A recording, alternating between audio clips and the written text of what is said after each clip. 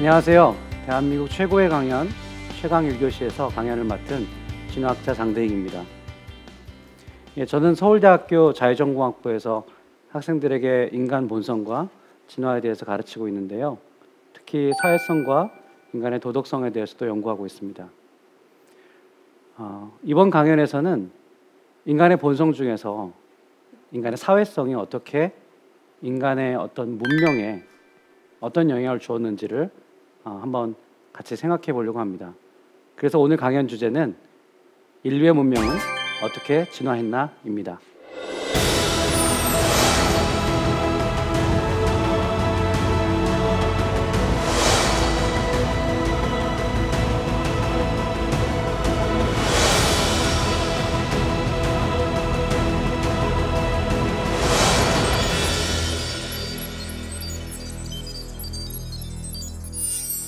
인류의 문명은 어떻게 진화했나? 이 물음은 사실 우리의 과거에 대한 물음이죠. 자, 그런데 문명과 관련해서 요즘 새로운 물음들이 등장하고 있습니다. 도대체 호모사피엔스의 문명은 인공지능에게 그 자리를 내어줄 것인가? 라고 하는 이런 굉장히 근본적인 질문들을 우리가 하고 있는데요. 여러분 혹시 영국 드라마 중에서 최근 몇 년 전에 했던 휴먼스라는 드라마를 보신 적이 있는지 모르겠습니다. 이 드라마를 보시면 평범한 영국 가정입니다. 이 가정에 어떤 로봇이 배달되죠. 일종의 가정 일을 돌봐주는 그런 기능을 하는 로봇이죠. 근데 이 로봇이 평범한 가정에 들어온 이후로 엄청난 변화를 겪게 됩니다. 예를 들면 아이는 엄마보다 그 가정부를 더 좋아하죠. 또 아들은 그 로봇에게 성적인 매력을 느끼기도 하죠. 인공지능이 점점 발달해서 인간의 관계를 대체하거나 뭔가 인간의 관계에 큰 변화를 주게 될 때 도대체 인류의 문명은 어떻게 갈 것인가 라고 하는 이 근본적인 중요한 물음을 묻기 전에 우리는 사실 우리 인간 문명이 어떻게 이 자리까지 오게 되는지를 사실 탐구해 볼 필요가 있습니다. 사피엔스는 이 지구상에 있는 다양한 생명체 중에서 문명을 만든 유일한 종이라고 할 수 있습니다. 일종의 사피엔스의 시그너처가 문명이라고 할 수 있겠죠. 근데 우리가 이 시점에서 정말 사피엔스만이 그런 문명을 만들었는가? 혹시 침팬지는 그러면 도대체 문명을 만들지 못했을까? 이 질문을 해볼 수 있겠죠. 우리가 넛크래킹이라고 하죠. 큰 돌 위에 딱딱한 견과류를 올려놓고 해머로 돌로 깨서 먹는, 자, 저 정도가 침팬지가 갖고 있는 문화 문명 정도예요. 그러니까 우리 문명이 얼마나 위대한지를 아시겠죠? 오직 인간만이 문명을 만들었다는 것은 그냥 팩트, 사실이라고 얘기할 수 있습니다. 자, 그러면 침팬지하고 인간이 어떤 관계이길래 우리는 문명을 만들었고 침팬지는 문명을 만들지 못했을까? 저 영장 뒤에 계보를 보시면 침팬지하고 인간은 한 600만 년 전에 공통 조상에서 갈라져 나온 사촌족입니다. 많은 분들이 침팬지를 인간의 조상이라고들 생각하지만 사실 인간의 조상이 아니죠. 조상이라면 여러분들이 뭐 설이나 이 명절에 동물원에 가셔서 뭔가 절을 하셔야 될 텐데 그러지 않으시잖아요. 분명히 여러분 조상이 아니라는 거 알고 계십니다. 조상이 아니고 600만 년 전에 공통조상에서 갈라져 나온 사촌들이에요. 자, 근데 600만 년 사이에 큰 일이 벌어진 거죠. 한 종은 이런 거대한 문명을 만들었고 다른 종들은 그러지 못했어요. 자, 도대체 무슨 일이 벌어졌을까? 이 질문을 해봐야 됩니다. 다시 말하면 어떻게 사피엔스만이 문명을 만들게 되었는가? 첫 번째 알 수 있는 것은 바로 내용량입니다. 침팬지의 내용량과 인간의 내용량을 한번 비교해 볼까요? 침팬지의 내용량은 한 400cc 정도 됩니다. 500cc 맥주잔에도 들어가지 않아요. 자, 인간은 한 1300cc에서 1500cc 정도 됩니다. 그러니까 한 3.5배 정도 되는 내용량의 차이를 갖고 있습니다. 그 600만 년 사이에 이 벌어진 이 차이가 난 이 내용량은 무엇 때문인가? 똑똑했기 때문에 뇌가 커졌다. 사실 이건 대답 같지 않아요. 왜냐하면 뇌가 커져서 똑똑했는지 똑똑해서 뇌가 커졌는지 사실은 잘 알 수가 없거든요. 그래서 사람들이 어떻게 얘기냐면 침팬지보다 인간이 훨씬 더 생태적 지능이 뛰어났다라고 얘기합니다. 자연 세계에 대한 이해, 그다음 자연 세계를 응용할 수 있는 능력, 이런 것들이 훨씬 더 뛰어났기 때문에 뇌가 커지게 됐고 우리 사장도 잘하게 됐고 또 뇌가 커지니까 더 똑똑해지게 됐고 이런 상승작용이 일어났다고 얘기를 합니다. 틀린 얘기는 아니라고 봐요. 자, 우리는 침팬지보다 생태적 지능이 훨씬 뛰어납니다. 뭐 조금 현대식으로 얘기하면 우리는 과학을 갖고 있고 침팬지는 과학이 없다는 얘기겠죠. 자, 근데 최근 한 3, 40년 사이에 연구자들 사이에서 그것만일까? 그게 정말 인간과 침팬지를 가른 중요한 차이일까? 이 질문들을 하게 됐고요. 그 질문에 답을 하면서 영장류의 삶에 대해서 들여다보기 시작했어요. 여러분, 이게 영장류의 삶입니다. 영장류는 포유류 중에서 그 일부인데요. 여러분, 포유류는 파충류에 비해서 어떤 다른 삶을 살냐면 파충류는 아주 간단하게 단순하게 얘기하면요, 혼자 살아요. 집단을 이루지 않습니다. 근데 포유류는 가족하고 같이 살아요. 그 중에 포유류 중에서도 영장류는 더 그 집단을 이루는 그 무리의 크기가 큽니다. 다시 말하면 가족뿐만 아니라 친구들, 동료들과 같이 살죠. 그래서 집단의 사이즈가 크기가 크고 그다음에 복잡합니다. 저게 영장류의 삶이에요. 원숭이보다는 침팬지보다는 인간이 더 큰 집단을 이루고 살고 복잡하죠. 여기에 주목합니다. 집단 생활이 뭔가 힌트가 있지 않을까? 영장류들이 다들 똑똑한데 그중에 또 인간이 가장 똑똑하고 가장 뇌 용량이 큰데 이것은 집단 생활하는 과정에서 벌어진 진화의 결과가 아닐까? 이 생각을 하게 된 거죠. 그럼 집단 생활은 사실 늘 도전이잖아요. 그냥 혼자 살면 모든 걸 다 해야 되니까 불편함이 있지만 그래서 집단 생활을 하면서 더 큰 파일을 얻죠. 더 큰 파일을 얻는데 거기에 항상 또 비용이 들어요. 힘들죠. 집단을 유지해야 되죠. 누군가 삐지면 가서 달래줘야 되죠. 누군가 배신을 했다 그러면 가서 처벌을 해줘야 되죠. 집단 생활은 참 힘이 듭니다. 하지만 큰 장점이 있죠. 우린 그런 장점이 컸기 때문에 이렇게 집단 생활로 진화했다고 볼 수 있어요. 그래서 영장류학자하고 그다음 뇌과학자가 같이 협력해서 아주 재미난 연구 결과를 냈어요. 영장류 중에서 침팬지, 인간, 원숭이들을 비교해 보면 무리의 크기가 다르다고 말씀드렸잖아요. 근데 그 집단의 크기하고 뇌 용량하고 일종의 관계가 있습니다. 뇌 용량 중에서 여러분 두개골의 뚜껑을 연다고 생각해 보세요. 그러면 거기 쭈글쭈글한 부분이 나오죠. 그걸 신피질이라고 합니다. 새로운 피질이라는 뜻이에요. 그 신피질이 전체 뇌에서 어느 정도를 차지하고 있는지를 우리가 신피질 비율이라고 얘기합니다. 근데 그 신피질 비율과 그다음에 그 집단의 크기와 양의 상관관계가 있다는 걸 알게 돼요. 다시 말하면 신피질비가 크면 클수록 그 집단의 사이즈가 크기가 더 큽니다. 그래서 침팬지는 한 50 정도 되는 개체가 한 집단이에요. 그러니까 여기에 여러분들이 만약에 100마리의 침팬지가 앉아 계시다면 두 그룹인 거예요. 그죠? 자, 근데 인간은 그러면 그 기준으로 보면 어느 정도 되느냐? 우리 인간은 한 150 정도 되는 개체가 한 집단을 이룬다고 얘기할 수 있어요. 정말 그럴까? 그래서 연구자들이 연구를 해봤습니다. 정말로 한 집단에서 나온 두개골의 숫자, 그 다음에 그 두개골의 뇌 용량을 통해서 간접적으로 측정한 값들, 그 다음에 로마 시대에 한 교구에 몇 명이 살았는가, 또 지금도 원시 부족들이 있잖아요. 그 부족들의 한 마을에 도대체 몇 명 정도가 한 군락을 이루고 사는가, 이런 것들을 조사해 보니까 150명을 넘지 않아요. 되게 재밌죠. 현대에는 되게 큰 것처럼 보이지만 그렇지 않다는 겁니다. 자, 이게 굉장히 중요한 겁니다.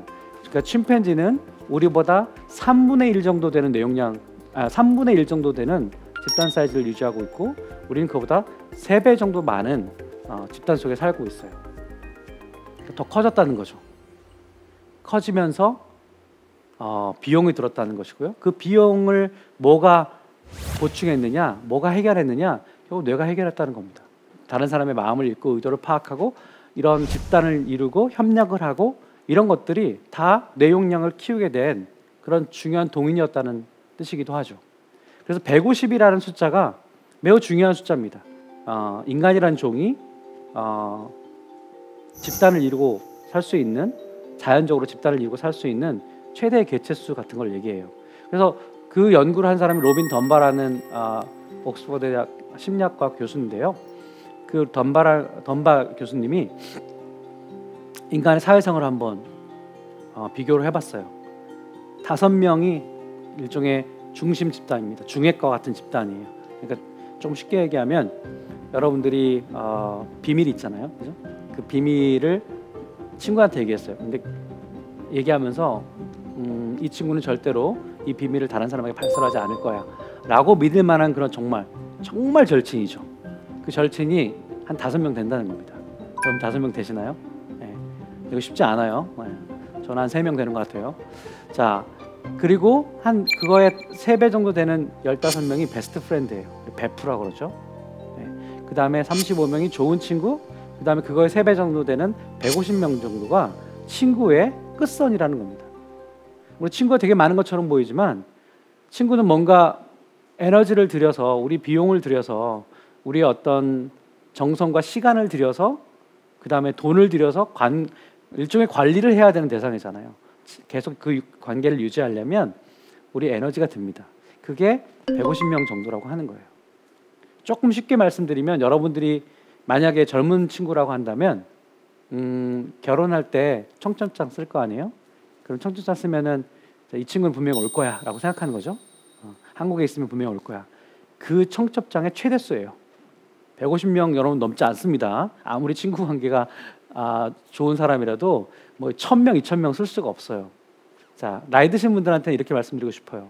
여러분이 이제 돌아가실 때 이 친구가 만약에 살아있다면 분명히 내 장례식에 올 거야. 이게 150명이에요. 최대수가. 이게 정말 친구죠. 그리고 500명, 1500명 이렇게 넘어갈 수 있지만 이거는 사실 아는 사람 알 것도 같은 사람이에요. 그러니까 150이라는 수가 아까 인간의 어떤 집단 사이즈라고 말씀드렸잖아요. 침팬지는 50 정도라고 말씀드렸고, 이렇게 3배 정도 되는 집단 사이즈를 유지한다는 것 자체가 상당히 큰 비용을 들이고, 그리고 그것이 뇌의 용량이 커지는 과정을 만들었다는 거죠. 네. 그래서 어떻게 이렇게 큰 뇌를 갖게 됐는가, 이 질문에 대해서 가장 크고 복잡한 집단 생활을 하는 과정에서 뇌가 커졌다, 이렇게 답을 하는 거라고 보실 수 있습니다. 자, 이게 뭘 의미하는 거냐?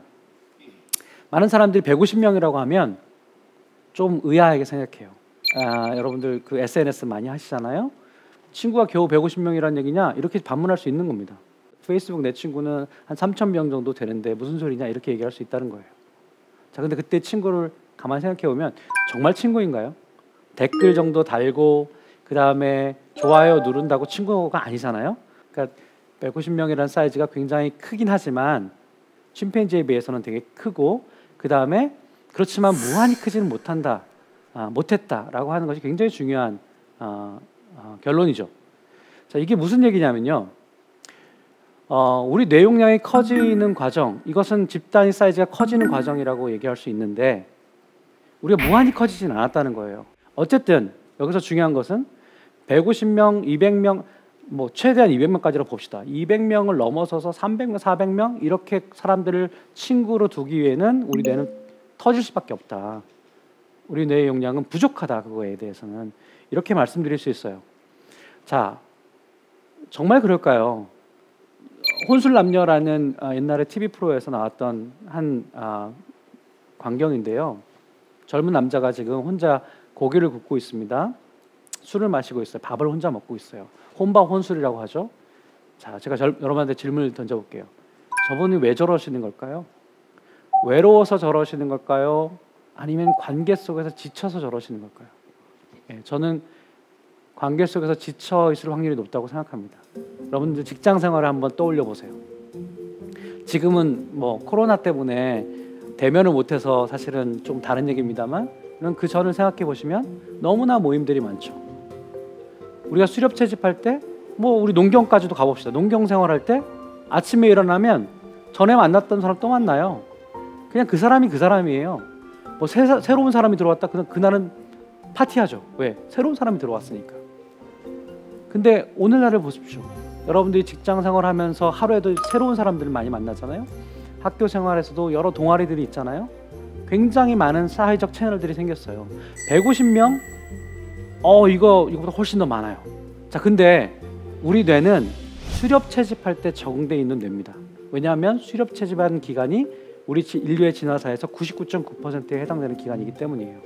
그러니까 현대인이 됐는데 너무 피곤한 거죠. 관계가 너무 많아졌어요. 그래서 저렇게 혼자 먹고 싶은 거죠. 저럴 때 여러분들이 요즘 젊은 것들 정말 사회성도 없어 그러면서 등 딱 치면서 야 우리 회식하러 가자 그러시면 안 되고 여러분들 그냥 놔두셔야 돼요. 다시 회복하셔야 되죠. 총알이 사회성을 위해 쓸 수 있는 총알이 150개밖에 없다고 생각해 봅시다. 그렇게 비유를 들어봅시다. 그 중에 막 써봤어요. 이제 다 고갈됐어요. 그럼 어떻게 돼요?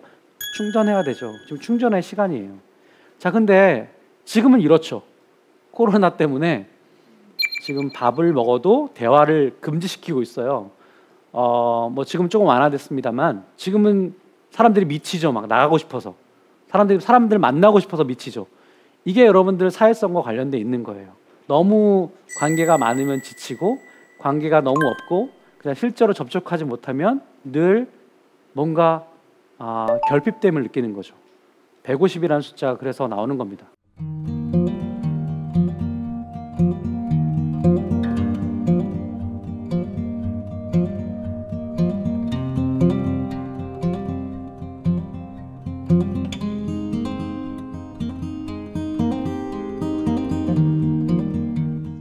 우리 인간의 사회성에 대해서 좀 특이함에 대해서 이야기를 하고 있는데 사실 인간 사회성의 뭐랄까요? 가장 정점은 타자의 마음을 잘 읽는 겁니다. 이거는 제가 여러분들에게 여러분 딱 마음을 보면 여러분 얼굴을 보면 저 사람 지금 무슨 생각을 하고 있지라고 추론하는 그렇게 그냥 딱 맞추는 그런 독심술을 얘기하는 게 아니고요. 다른 사람이 어떤 믿음을 갖고 있는지 어떤 생각을 지금 하고 있는지에 대해서 추론할 수 있는 능력을 우리가 마음 읽기 능력이라고 얘기를 합니다. 이걸 잘해야지 사실은 사회생활도 잘하지만 또 이걸 너무 잘하거나 그러면 또 사기꾼이 되기도 해요. 이건 제인구자 선생님이 발견한 그런 사례인데요.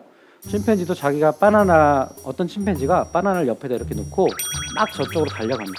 그럼 다른 침팬지들도 거기 뭐가 있는 줄 알고 따라가죠. 그럼 조용히 혼자 좀 있다가 와가지고 바나나를 혼자 먹어요. 일종의 속임수 행동이죠. 자, 이 속임수 행동이 침팬지에게도 있다는 사실은 밝혀졌어요. 하지만 그것이 우리가 인간들이 다른 사람의 마음을 정확하게 읽는 거 그런 능력과 똑같은 능력이냐 이거에 대해서는 의문이 있습니다. 행동을 읽는 거죠. 그 사람의 마음 상태를 읽는 거 아니라고 우리 연구자들이 알고 있어요. 여러분이 아이들 키워보신 분들은 아이들이 처음으로 엄마한테 거짓말을 했던 순간을 기억하실지 모르겠어요. 그때 어떻습니까? 얘가 드디어 물이 드는구나 이렇게 생각할 수도 있고 또 한편으로는 조금 속상하기도 하고 또 한편으로는 또 약간 대견하기도 해요. 왜냐하면 얘가 좀 컸구나라고 생각할 수 있으니까요.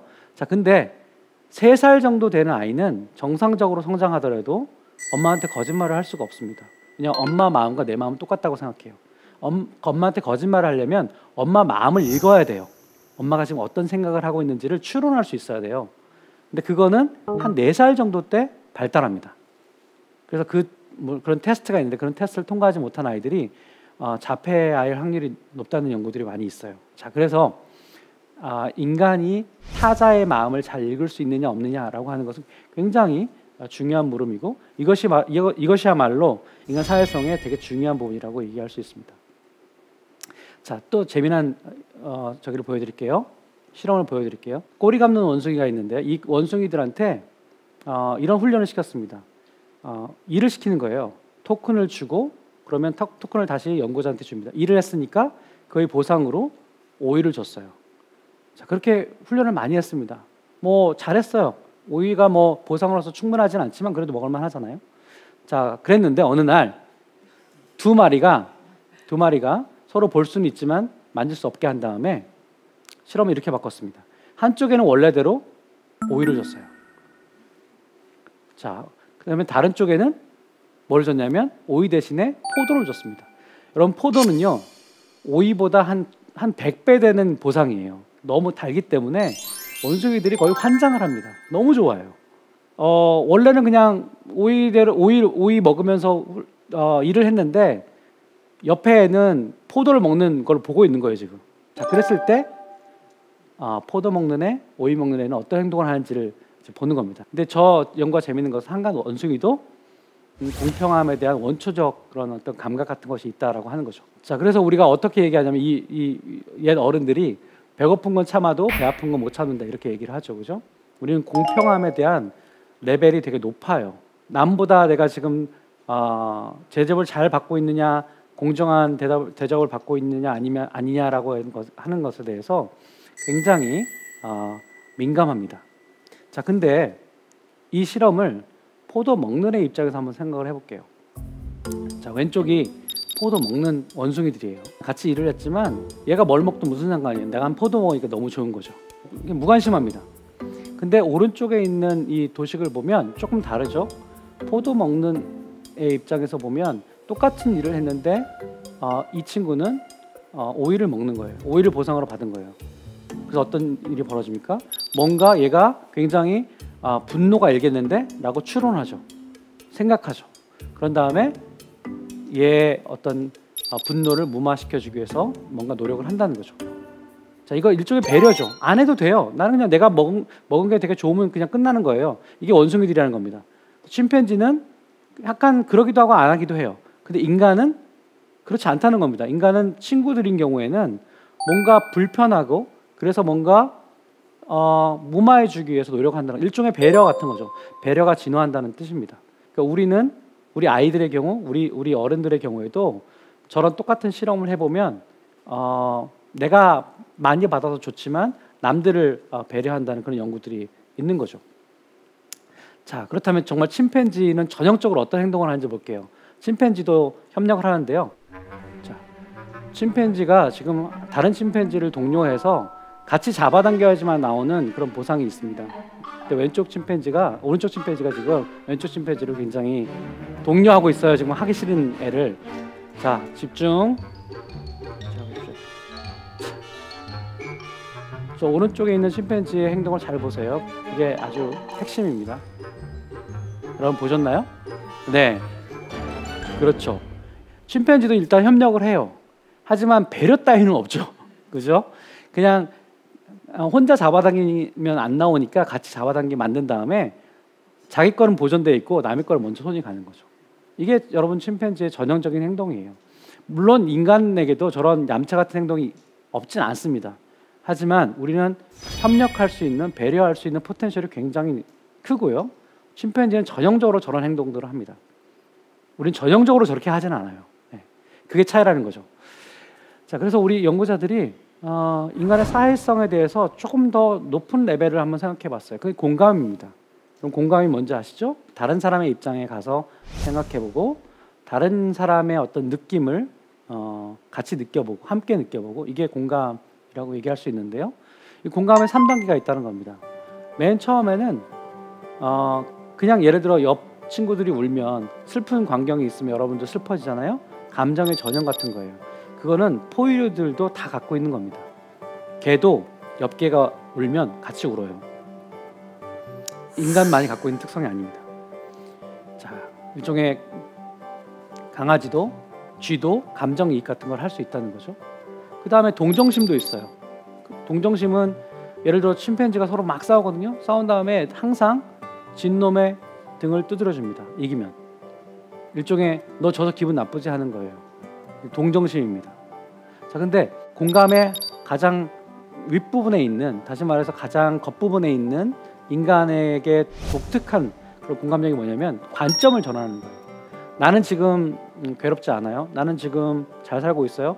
그런데 만약에 나도 그 상황에 있다 그러면 되게 힘들 것 같아요. 조금 더 정확히 말하면 그 상황에 있는 상태를 추론하는 거죠. 그 사람의 입장에 가보는 거예요. 그 사람의 구두를 신어보는 거예요. 이게 바로 일종의 관점 전환 능력입니다. 이 관점 전환 능력은 오직 인간만이 갖고 있다는 연구 결과가 있습니다. 공감의 어떤 역지사지라고 할 수 있겠죠. 역지사지는 인간만이 할 수 있는 능력이라고 얘기할 수 있어요. 자, 한 5년 전쯤에 터키의 한 섬에서 해안에서 저 아이가 죽은 채로 발견됐습니다. 여러분도 아마 해외 뉴스에서 보셨을지 모르겠어요. 저 아이의 이름은 크루디라고 하는 아이인데요. 시리아 난민입니다. 원래 그리스로 망명하기 위해서 이제 배를 타고 몰래 입항을 한 거죠. 그러다가 배가 뒤집혀지는 바람에 그리스로 가지 못하고 터키 해안에 저렇게 죽은 채로 발견됐어요. 한 5년 전까지만 해도 유럽의 난민 정책은 배타적이었습니다. 다른 예를 들어 시리아 난민들이 오는 것을 받아들이기 어렵다고 생각을 했어요. 특히 독일 같은 데서는 난민들이 너무 많아지니까 막아놨어요. 근데 저런 사람들이 막 계속 1년에도 수백 명, 수천 명씩 죽어 나가는 겁니다. 근데 꼼짝 않고 있다가 저 광경이 발견되게 됐고 누가 저 사진을 찍어서 전 세계에 타전하면서 상황이 급 반전됐습니다. 그래서 독일에서는 시리아 난민을 어느 정도 수용하는 정책으로 바뀌었죠. 이것은 우리가 저 아이는 아니잖아요. 우리 아이들도 저 아이 상태는 아니에요. 하지만 저걸 보는 정상적인 사람들은 누구나가 저 아이의 고통에 대해서 조금은 느낍니다. 도대체 법이 뭐길래 아이들을 저런 상태로 죽게 만드는가라고 하는 거죠. 다른 사람의 고통에 함께 고통을 느끼는 것, 이게 바로 공감이라고 이야기할 수 있습니다. 우리의 공감력은 그렇기 때문에 일종의 트레이드 마크라고 할 수 있어요. 예를 들어 외계인이 지구에 와서 지구에 있는 생명체를 다 본 다음에 자, 어떤 종이 공감력이 가장 뛰어난 종인가 라고 얘기한다면 놀랍게도 침팬지도 아니고 원숭이도 아니고 개미도 아니고 우리 호모 사피엔스라고 얘기를 할 겁니다. 우리는 그걸 잘 믿지 않아요. 왜냐하면 우리가 맨날 전쟁도 하고 막 그 갈등도 있고 하니까 우리가 공감력이 뛰어나다는 것에 대해서 사실은 잘 실감을 못해요. 그죠?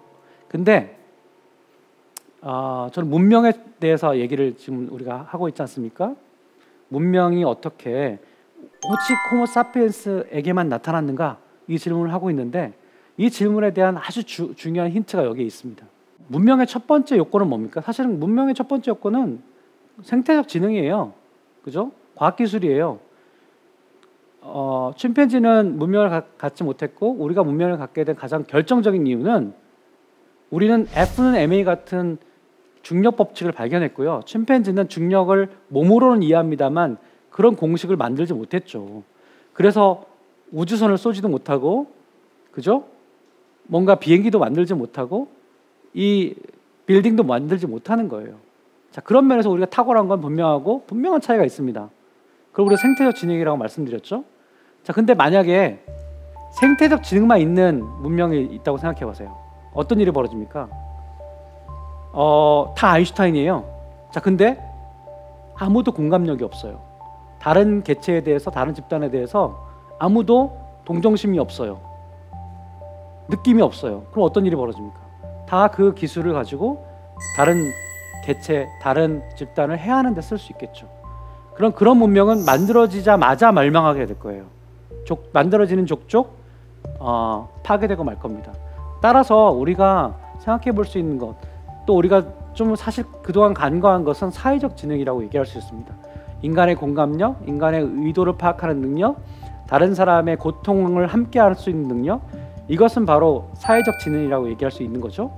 공감력이라고 할 수 있는 거죠. 이것이 바탕이 됐기 때문에 사실은 문명이라는 것이 계속 축적되고 받아들여지고 더 커지고 할 수 있었던 거죠. 우리가 사실 참 간과하고 있는 영역이라고 할 수 있습니다. 이 관점에서 보면 인간 문명의 역사를 공감의 반경이 넓어지는 역사라고 재정의할 수도 있어요. 자, 우리가 어떻게 처음에 시작했는지 생각해 봅시다.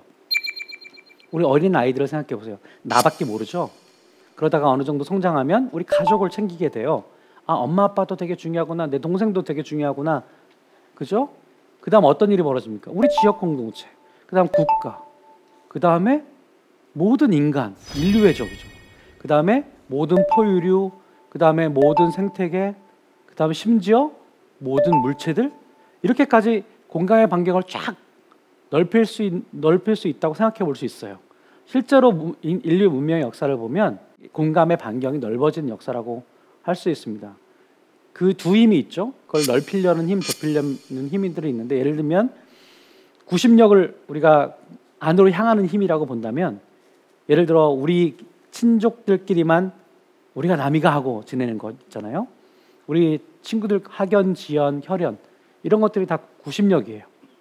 우리의 집단의 사이즈를 좀 더 좁히는 일입니다. 공감의 반경을 차단하는 거예요. 자, 뭐 우리 늘 그런 일들 때문에 고생하기도 합니다. 고민하죠. 자, 근데 공감의 원심력도 있어요. 공감의 반경을 넓히려는 힘이죠. 예를 들면 모두가 다 행복해야 된다라고 하는 생각, 그 다음에 어떤 공감을 통해서, 그죠? 역지사지를 통해서, 감정이입을 통해서 다른 사람의 고통에 함께하는 것, 이거 다 원심력이에요. 이 두 가지 힘이 합력으로 작용해서 공감의 반경이 결정되는 겁니다. 지금 우리 사회는 또 개인은 또 개인의 발달 관계에서 그 순간은 어느 지금 경계선을 그리고 있는가를 다 얘기해 볼 수 있는 거예요.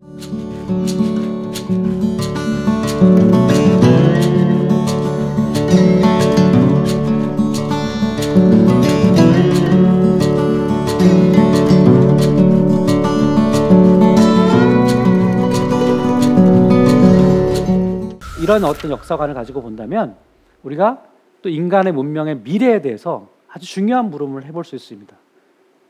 기계에도 공감할 수 있을까? 여러분 강아지를 생각해 보세요. 여러분 고양이를 생각해 보세요. 한 30년 전쯤에 여러분들이 동네 돌아다니는 강아지를 그냥 심심해서 발로 찼다 깨갱하고 저기 쓰러져 있어요. 자, 그러면 어떤 일이 벌어집니까? 경찰이 출동합니까? 안 했어요.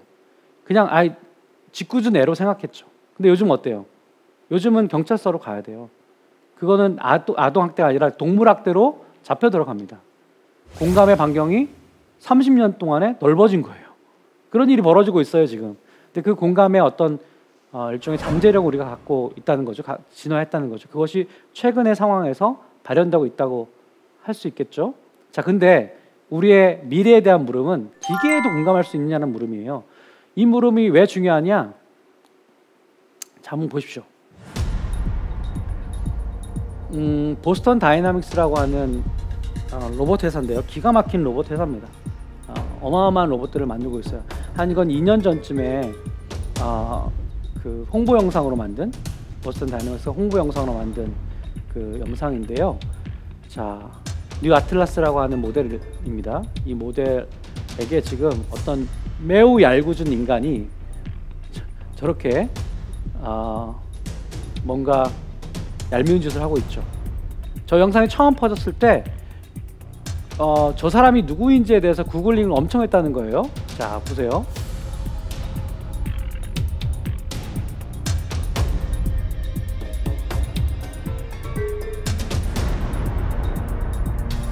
네. 예, 여러분들이 이 영상을 보실 때 어느 순간에 이제 탄식을 보내셨는데 뭔가 좀 불편하셨죠, 그죠? 예. 대부분은 지금 여러분처럼 그런 반응을 보입니다. 그러니까 막 얄미운 짓을 하잖아요. 그 정점에는 막대기로 밀고 쓰러뜨리는 거죠. 그러면 사람들이 여러분처럼 뭔가 왜 저러지? 막 굉장히 좀 탄식이 있어요. 자, 근데 이 친구가 막 일어나잖아요. 그럴 때 신기하긴 하네. 이게 여러분들 대부분의 사람들이 저 영상을 보고 느꼈던 바예요. 근데 어떤 집단은 또 굉장히 다릅니다. 어떤 집단은 저 막대기에 밀려서 쓰러질 때 별로 감흥이 없다가 제가 막 일어나니까 우레와 같은 박수를 치는 집단이 있어요. 예, 기계공학과 애들이에요. 예. 그 친구들한테는 저 영상이 정말 기가 막힌 영상입니다. 어떻게 저렇게 균형을 잘 잡는 로봇을 만들 수 있을까? 거기에 초점을 맞추면 또 그렇게 볼 수 있는 겁니다. 하지만 그런 친구들한테 제가 뭔가 사회성에 문제가 있는 거 아니야? 이렇게 얘기해 볼 수 있어요. 한번 좀 고민해 보자. 대부분의 사람들은 여러분처럼 밀려서 쓰러질 때 탄식을 보내고 일어설 때 그냥 되게 신기하긴 하다 이렇게 정도 얘기하는 거죠. 무슨 말씀을 드리려고 하는 거냐면 사실 기계공학과 애들이 맞죠. 저게 뭐 고통이 있겠어요, 그죠? 뭐 마음이 있겠습니까? 그냥 고철 덩어리예요. 고통 같은 거 느끼지 못합니다. 근데 우리 대부분은 그렇게 생각하지 않아요. 뭔가 제가 움직인다면 뭔가 의도가 있는 거 아니야? 의도가 있는 애들은 다 동물들이었고 동물들이 고통이 있다는 거 우리가 알잖아요. 자, 그런 어떤 수렵채집계 농경시대에 잘 적응했던 우리의 심리는 저것이 고철임을 알매도 불구하고 자동으로 어떤 일이 벌어지냐면 의인화를 하는 거죠. 뭔가 고통스럽겠구나 라고 착각하고 있는 거죠. 자, 이게 바로 우리 공감력이 움직이는 어떤 대상의 인공지능에 대해서 로봇에 대해서도 뻗칠 수 있는 가능성이 있는 거 아니야? 라고 하는 물음을 던지게 하는 그런 광경입니다. 자, 이게 굉장한 로봇이에요. 큐보라는 로봇인데 카이스트에서 만든 로봇이죠. 엄청난 기능을 하고 있고요. 되게 비싼 로봇입니다. 근데 이 로봇에 비해서 여러분들 되게 싼 로봇을 보여드릴게요. 뭐 페퍼라든가 버디라든가 이런 로봇들이에요. 저 페퍼 로봇 보세요. 저 눈망울이 저렇게 내려가 있고 가서 막 안아주고 싶지 않으세요? 그죠? 예, 가서 위로해주고 싶고. 자, 근데 하나는 몇십억이고 하나는 몇백만 원이에요. 우리가 로봇인 걸 알지만 그 로봇이 어떠한 표정을 짓느냐를 보고 우리가 교감할 수 있는 거죠. 사실 근데 그 로봇의 문제가 아니라 우리의 진화된 사회성 때문에 그렇게 된다는 얘기를 하는 겁니다. 이 실험을 위해서 정말 그러냐, 우리가 로봇에게도 공감할 수 있느냐, 이 질문을 던지고 이 질문에 답을 하기 위해서 사실 우리가 실험을 해봤어요. 굉장히 존경하고 제가 좋아하는 UCLA의 데니스 온 교수입니다. 저랑 친구인데 제가 우리 로봇에 대해서도 공감을 느낍니다. 고통을 느끼는 것 같아요. 그랬더니 자기는 그걸 믿지 않는다는 거예요. 왜냐하면 나는 맨날 로봇을 부수고 만들고 새롭고 조립하는데 나는 그런 감정이 없다는. 우리 애들 다 그런, 우리 학생들 그런 감정 없고 있으면 안 된다 이렇게 얘기를 하시는 거예요. 정말 그럴까요? 그래서 실험을 한번 해보기로 했어요. 여러분 인공지능 비서 아시죠? 인공지능 비서를 한쪽 그룹은요 일주일 동안 한번 사용해 보게 했어요. 그리고 그날 왔습니다. 실험장에. 그 다음에 어떤 한 그룹은 그냥 처음에 그 실험장에 왔어요. 그런 다음에 인공지능 비서에게 질문을 해요. 질문하면 답을 맞출 수가 있잖아요. 그럼 넘어가요. 다른 질문을 합니다. 근데 인공지능 비서가 못 맞추면은 인공지능 비서에게 전기 충격을 가라고 해요. 그럼 가잖아요. 그러면 막 나중에 파직하고 타는 것도 보여요. 그러니까 못 맞추면 계속 전기 충격을 110, 220, 660까지 간 다음에 킬 버튼을 누르게까지 만듭니다. 우리가 알고 싶었던 거는 로봇 인공지능 비서랑 일주일 동안 서로 상호작용을 했던 그룹은 정말 어떤 친해져서 혹은 그런 상호작용을 통해서 뭔가 친밀해져서 이 킬 스위치를 누르는데 주저할까? 뭐 이걸 질문해보고 싶었던 거예요. 자, 실험을 정말 했습니다. 그래서 만약에 일주일 동안 생활해본 사람들이 그것이 그냥 뭐 스피커 같은 기계이지만 일주일 동안 생활해봤다는 이유만으로 킬 스위치를 못 누른다면 그것은 기계에까지 공감하는 거 아닐까? 기계의 고통에까지 공감하는 거 아닐까? 그러면 어떻게 됐어요? 정말 그렇다면 제가 4개에서 이기는 거죠. 네, 데니송 교수님이 지시는 거고, 자 실제로 결과를 보면 제가 이겼습니다. 예. 처음 기계를 본 사람들은 91%가 킬 스위치를 눌렀어요. 근데 일주일 동안만 생활해봤는데도 한 30%밖에 누르지 않습니다. 그러니까 한 3배 정도 되는 차이가 있어요. 다시 말하면 그것이 아무리 깡통 같아도 아무리 뭔가 우리의 그 요구에 잘 대응하지 못해도 상호작용을 어느 정도 하면 뭔가 정이 든다는 거예요. 그래서 금방 그거를 막 버리거나 스위치를 끄거나 하기 힘들다는 거예요. 기계까지 공감력이 뻗치는 그런 게 아닌가라고 생각해 볼 수 있는 대목이죠. 자, 그래서 마지막 질문을 던져보겠어요. AI와 과연 그럼 친구가 될 수 있을까? AI의 고통을, 로봇의 고통을 우리도 느낄 수 있겠다. 상호작용 많이 하고 비슷하게 생기면 더 친밀해지면 그럴 수도 있겠다라고 생각했는데 우린 지금 화들짝 놀라서 다시 질문을 해보는 거예요. 그러면 걔들이 친구가 되면 어떤 일이 벌어지지 앞으로? 정말 친구가 될 수 있을까? 이 질문을 해볼 수 있는 거죠. 자, 이 질문에 한번 답을 해보겠습니다. 여러분 이미 수많은 개의 혈통들은 다 여러분 친구가 됐어요. 말티즈 같은 경우에는 가장 반려견 중에서 인기 있는 품종이잖아요. 친구란 무엇인가를 한번 생각해 봅시다. 왜 친구입니까? 여러분, 예, 귀엽잖아요. 일단 귀엽고, 근데 냄새도 잘 맡고, 막 귀엽고, 막 뭐 잘 뛰고, 그런다고 해서 여러분들이 막 질투심이 느껴지시나요? 나는 왜 쟤만큼 귀엽지 못하지? 왜 나는 쟤만큼 냄새를 못 맡지? 왜 쟤만큼 귀가 밝지 못하지? 이런 열등감을 느끼신 적 있나요? 없어요. 그런 사람 이상한 사람이에요. 그렇기 때문에 친구가 되는 거죠. 걔는 여러분이 잘하는 거를 잘하기 때문에 친구가 아니고요. 여러분과 상관없는, 여러분의 본질과 상관없는 일들을 잘하기 때문에 사실 친구로서 지낼 수 있는 거죠. 여러분 무슨 비둘기가 있는데 비둘기가 막 날아가는 모습을 보고 왜 나는 날지 못할까? 그러면서 막 여러분 막 열등감에 빠진다면 그 이상한 사람이잖아요. 우리의 본성은 나는 게 아니에요. 개의 본성은 인간에게 어떻게든 독점적으로 사랑받고자 하는 게 개의 본능이에요. 자, 그렇기 때문에 그 본능을 우리가 받아들일 수 있는 거죠. 근데 만약에 우리의 본능의 가장 핵심적인 것이 냄새를 잘 맡는 거라고 생각해 보세요. 빨리 달리는 거라고 생각해 보세요. 그럼 아마 개와 경쟁할지도 몰라요. 자, 근데 문제는 여기 있어요. 그렇다면 로봇은요? 여러분, 로봇이 인간보다 잘하는 거 되게 많죠. 이미 계산을 훨씬 잘해요. 그죠? 근데 우리는 계산을 인간의 본질이라고 생각하지 않아요, 이제는. 예전엔 그렇게 생각한 적이 있어요. 근데 컴퓨터가 나오고 주산이 없어지고 그러면서 계산은 이제 이렇게 많은 자리의 수를 한 번에 정확하게 계산하는 거, 빨리 계산하는 거, 우리 컴퓨터가 더 잘하지. 이거 양도했어요, 이미. 자, 근데 만약에 이 버디라는 로봇이 우리보다 더 의사결정을 잘해요. 그리고 우리만큼이나 감정적인 교류를 더 잘해요. 그리고 심지어 우리보다 더 합리적이에요. 자, 그러면 어떤 일이 벌어질까요? 열등감이 생길 수 있습니다, 우리가. 정말 그럴까요? 허라는 영화 보신 적 있나요? 허라는 영화? 이 허라는 영화를 보시면 저 남자 주인공이 일종의 OS랑 사랑에 빠집니다. OS 오퍼레이팅 시스템이에요. 그러니까 쉽게 말하면 소프트웨어 사랑에 빠진 거예요.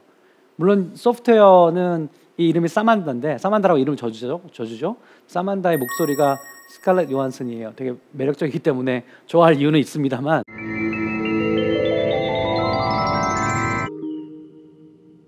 Hello, I'm here. Oh. Hi. Hi. How you doing? 그 소프트웨어가 저 남자의 마음을 치유해줘요. 서로 교감합니다. 육체는 없지만. 인간보다 더 친밀한 관계가 되는 거예요. 인간으로 치면 저 남자를 사랑한 한 여자를 생각해 보세요. 라이벌이 생긴 거예요. 친구가 될 수 있을까요? 이런 질문을 해볼 수 있는 거죠. 자, 그 질문에 대해서 저희 연구실에서 사실은 아주 재미난 연구를 했습니다. 여러분, 알파고 이세돌 대국 기억나시나요? 네, 2016년 3월이었는데 저 때 많은 사람들이 어떻게 예상을 했습니까? 이제 알파고가 이세돌한테는 질 것이다 라고 얘기했는데 저희도 그 연구도 했어요. 근데 어떤 걸 알고 싶었냐면 저 대국의 결과가 딱 4대1로 지고 나서 우리가 큰 충격에 빠졌잖아요. 도대체 우리는 어떤 충격을 받았고 또 그 충격에서 헤어나오기 위해서 어떠한 심리적인 변화를 겪었는가, 이걸 알고 싶었어요. 자, 그래서 연구를 해봤더니 아주 재미난 결과가 나왔습니다. 그 대국에서 우리가 인간의 본성 중에서 인간의 어떤 가장 중요한 특성이라고 할 만한 것들 중에서 어떤 부분이 정확하게 위협을 받는가를 조사를 해보니까 정교함이라는 부분, 합리성이라는 부분이 이제는 더 이상 인간이 이것 갖고 인간의 특성을 얘기하기 곤란하겠구나, 알파고한테 이건 지는구나 라는 거를 깨달았어요. 자, 깨달았는데 그러면 깨닫고 나서 그냥 찌그러져 있나요? 그게 아니죠. 우리는 뭔가 어떤 부분에 위협이 생겨서 더 이상 이건 안 돼라고 생각하는 순간 다른 부분이 더 중요하다고 생각하죠. 튀어나가는 부분이 있는 거예요. 풍선을 이렇게 손으로 쥐면 다른 부분이 튀어나가잖아요. 다른 부분 튀어나가는 부분이 어떤 부분인가 봤더니 우리 인간은 되게 자율적인 존재지. 우리 인간은 도덕적인 존재지. 우리는 정서가 있지. 우리는 감정이 있지. 사실 인간이 그런 걸 갖고 있다는 것도 그 대국 이전에 다 받아들였던 부분이에요. 하지만 대국에서 크게 참패한 다음에 우리는 그 부분이 더 중요하다고 생각했다는 거예요. 더 잘한다고 생각했다는 거죠. 우리의 어떤 정체성 중에서 위협받은 단면들은 포기하고 위협받지 않았던 단면들이 더 중요하고 더 우리가 잘한다고 우리를 일종의 심리적 보상을 한 거예요. 자, 만약에 AI가 지금은 알파고 때문에 합리성과 정교함의 위협을 받았지만 알파고가 아닌 다른 AI들이 나와서 더 도덕적인, 더 자율성을 갖고 있는, 더 정서적으로 뛰어난 그런 인공지능이 개발된다고 치면 우리는 어떻게 될까요? 우리의 정체성은 정체성의 모든 국면들이 다 AI에게 지고 마는 일이 벌어질 수 있죠. 여기서부터 큰 문제가 생기는 겁니다. 우리가 기계에까지, 우리 인공지능에까지 우리의 공감력을 뻗칠 수 있다는 것은 우리의 공감력이 다른 동물에 비해서 탁월하다는 것의 입증인데, 또 한편으로는 그것 때문에 기계는 그냥 무시해도 좋은, 혹은 우리의 그냥 도구에 불과한 것이 아니게 되죠. 자, 그러면 우리의 친구로 될 가능성이 생기는 거예요. 근데 친구가 누가 되느냐? 우리 인간이 아닌 다른 존재들이 친구가 될 때를 가만히 생각을 해보니까 강아지하고 이런 반려동물들은 친구가 됐는데 그 친구들은 우리의 본질적인 부분을 건들지는 않아요.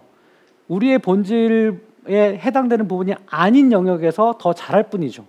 근데 AI는 그렇지 않을 가능성이 생긴다는 거예요.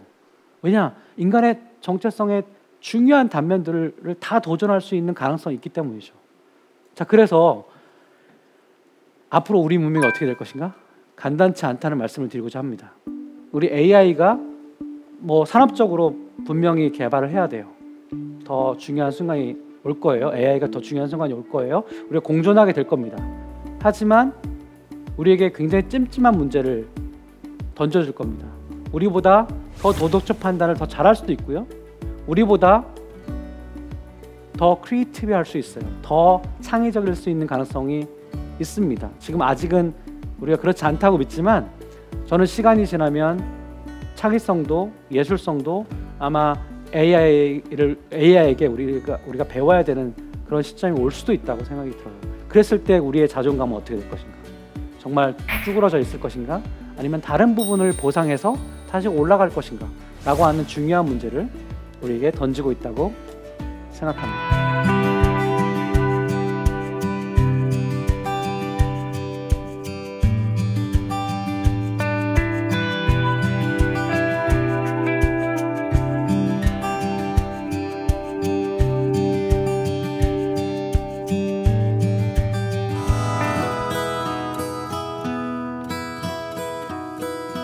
한 줄로 한번 요약을 해보겠습니다. 문명의 비밀은 인간의 초사회성에 있다 라고 말씀드릴 수 있습니다. 문명은 당연히 어떤 과학기술의 힘이 필요합니다. 하지만 제가 오늘 말씀드린 것은 그 과학기술만이 아니라, 다시 말해서 생태적 지능만이 아니라 다른 사람을 이해하고 다른 사람의 어떤 성취를 받아들이고 배려하고 협력하는, 다른 사람의 고통과 기쁨에 같이 동참하는 그런 사회성이 결여됐다면 문명의 정신적 조건은 마련되지 않은 것이죠.